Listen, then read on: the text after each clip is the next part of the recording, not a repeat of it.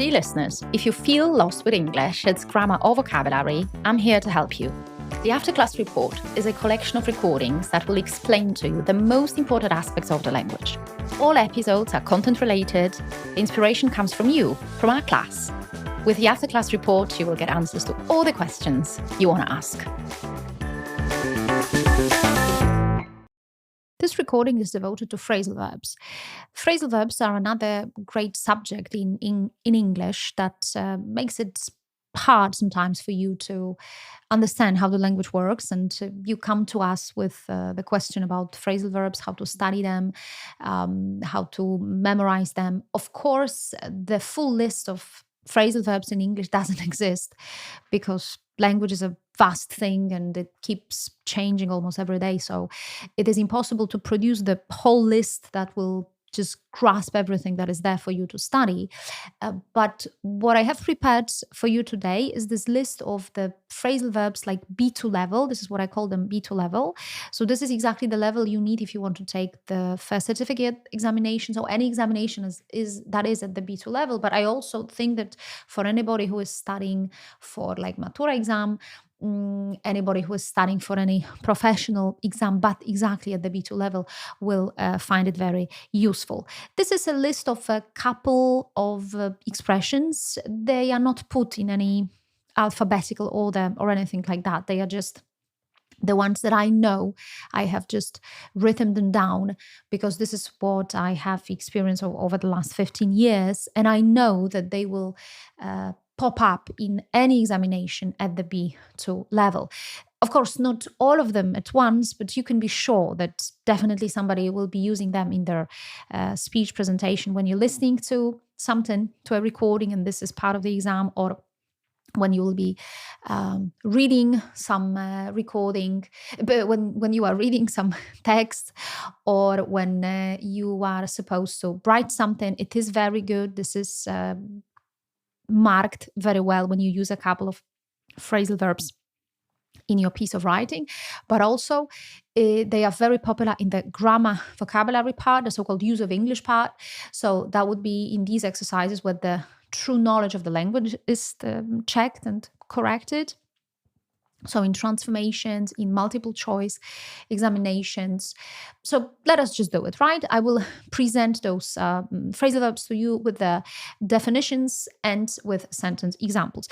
Phrasal verbs, coming back to this question that I started with, that you come to us and you ask us how to study them. Is there any rule? Well, the problem, the trouble, the hitch behind or with phrasal verbs is that this is such a collection. This is such a phrase with the verb and the preposition, sometimes two prepositions. So a phrasal verb can be composed of 2 or 3 words, that the prepositions that are added to them, they completely change the meaning of the word. So that is this trouble.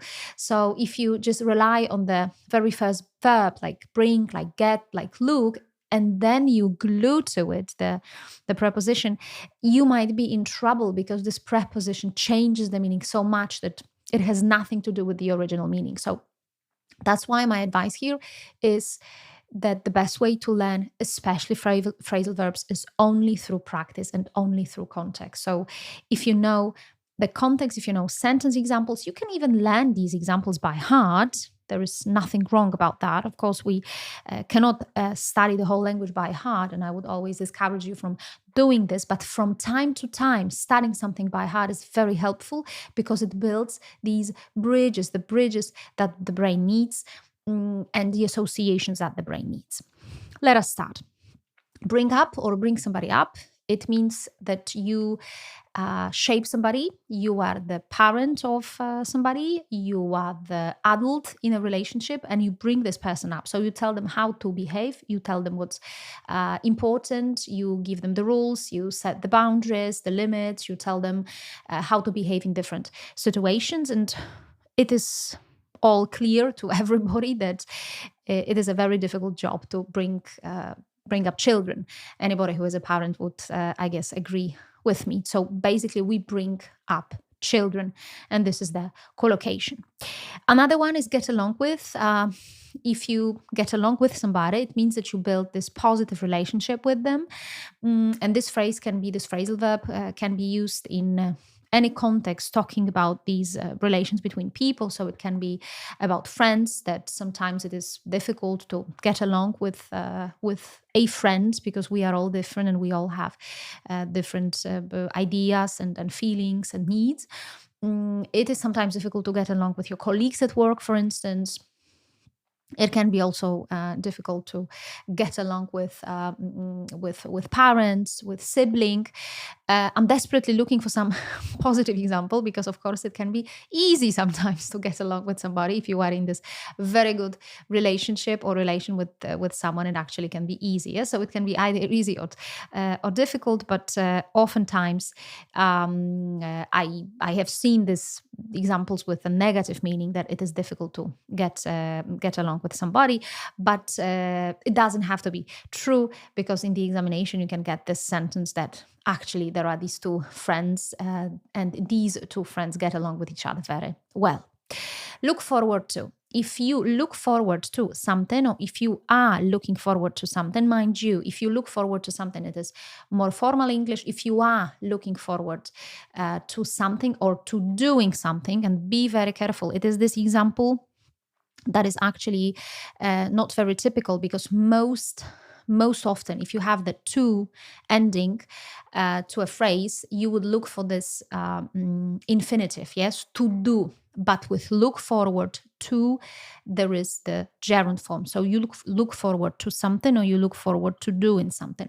And if that happens, it means that you cannot wait.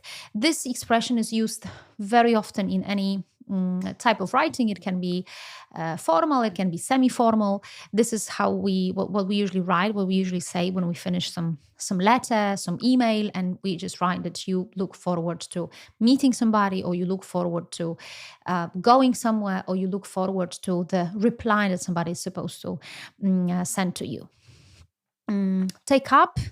Yes, another very popular expression, phrasal verb for the B2 level, for the first certificate level. If you take up something, usually it is a sport or some kind of hobby. It means that you start doing this, that you start performing it, right? So you can take up skiing, you can take up ballet, you can take up chess playing. Anything that you would like to do in your free time, leisure time, is something that you will take up. So that means that you will start doing it. Make out. The expression make out may not be that popular in the tests, as I am trying to dig in my memory. I don't think it's that popular, but it can be used. It is very popular for the oral exam, for presentation, because exactly the phrase in which you can use the expression make out is that something is difficult to read, or something is difficult to look at or to see. So, for instance, you are given this set of pictures, and you can say that, unfortunately, it is very difficult for me to make out what they show or what they mean, but I presume that it could be like a game of football or something. So make out means that you decipher something, that you are looking at something, that you are reading something, and that you not necessarily know what there is, but you have your suspicion. Make something up. If you make something up, I think it's rather typical of children. Children mostly make things up. It means that you invent some story, that you present a story that is not entirely true.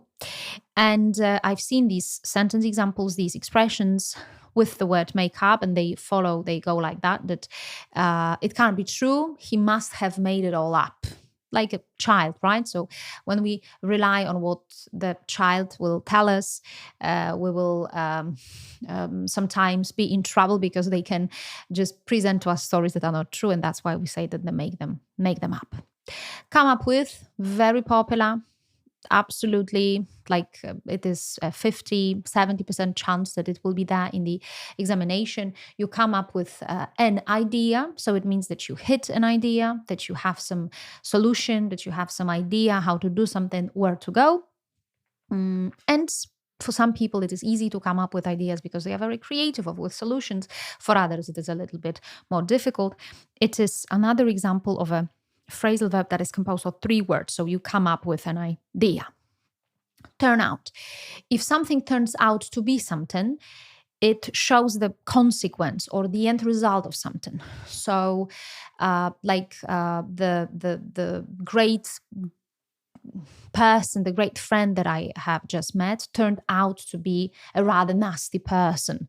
So after some time, the reality just turned out to be different. Yes. Or on the other hand, just to add some positive feeling to it, to make it a bit more positive, some offer, some situation that you find yourself in, it can turn out to be very positive, to have some very positive consequences.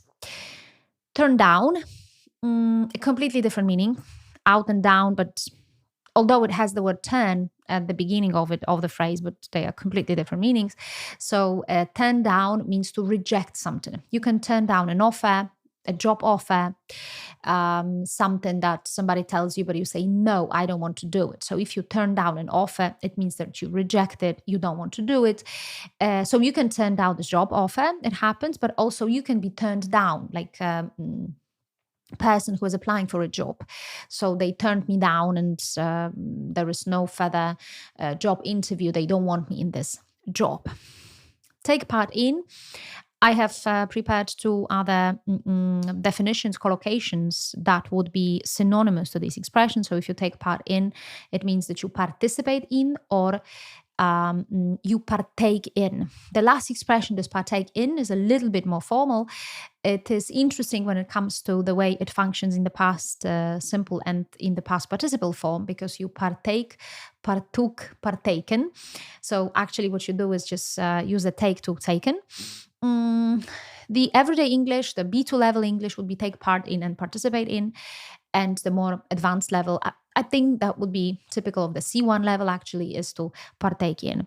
And take part in, just as you understood, I do hope, from this synonym, like participate in, it means that you go somewhere and you are an active member of some organization, or you are an active person in some meeting. So you are there, you just show your face, you do things that are required from you to do. Take care of and look after. 2 different phrasal verbs, 2 different expressions, but with the same meaning.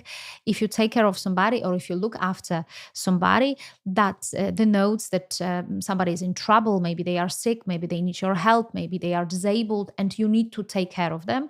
Most often we take care of animals, we take care of children, we take care of people who are ill. So we look after those who are weaker than we are. Set up.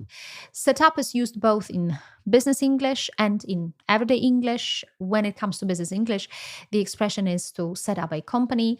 And if you set up a company, it means that you open it, that you start this company. Another usage, another meaning of the word set up is you can set up a family. So it means that you start this family. Very productive phrase. Hope you will remember. Set off or set out, used in transformations oftentimes, as I remember. If you set off or set out on a journey, it means that you start this journey. It is usually used in sentences like people wake up very early in the morning and they set off. So they take their luggage, they take their tickets, plane tickets, train tickets, and they start the journey. Put up with, a very easy expression when it comes to the synonym, because if I reveal the synonym, and the synonym is to tolerate, if you put up with somebody or with something, it means that you tolerate. Some people cannot put up with behavior of other people, they cannot put up with noise, so they find it hard to tolerate some people, and they find it hard to tolerate noise. 2 other expressions to go. I don't know if you have counted. I believe, to my mind, there are 17 of them, the 17 most often used phrasal verbs at the B2 level. So number 16 would be to depend on. if you depend on somebody, it means that you can count on them. So here we have this immediate synonym to it. You depend on, you count on them. And another one is that you rely on somebody or something. So depend on, count on, rely on. And depend on is a very positive word because it denotes that there are some people around us we can depend on, we can trust, we can always turn to in times of trouble. But with a slightly change in a sentence, there is this slight change in meaning, because you can also depend on somebody or something too much. And it becomes trouble when you depend on too much on your parents, for instance, yes, or on your friends, in a sense that you are unable to make your own decisions, or in a sense that you are unable to function on your own, right? So everything works on a scale. It is good to depend on somebody in times of trouble, but of course it is not good to depend on them thoroughly all the time. And the last expression that I have prepared for today is carry on, keep on, or go on.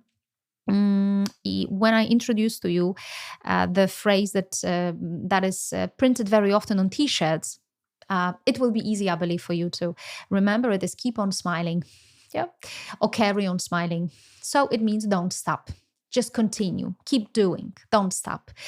Carry on, keep on, go on doing something. Mind you, the format of the phrase, of the whole phrase, and the word that follows, and it is the gerund form. So you carry on studying, you keep on dancing, you go on reading the same book. And as you learn phrasal verbs, you have to also learn the verb patterns, right? So you have to know what follows. But as I have repeated that many times, when you get the preposition like up, like with, to, out, with, etc., the next word that comes, it is the gerund form. Yes, so that's why you say like we look forward to visiting you, right? And you take part in swimming, right? Or you come up with or she came up with going somewhere, right? I think more popular still would be say to come up with an idea to go somewhere, but still, if you want to put a verb just immediately after any phrasal verb, you would need to use the gerund form. And that's it, guys. Please listen to it once again. Please revise. Please remember this list of very, very popular phrasal verbs at the B2 level. And if you know them, I am pretty sure you will be successful at your examination. If you enjoy what you have listened to, please like the episode. You are invited to listen to my other podcast called World of English, in which I'm telling different stories so that you can relax and learn the language.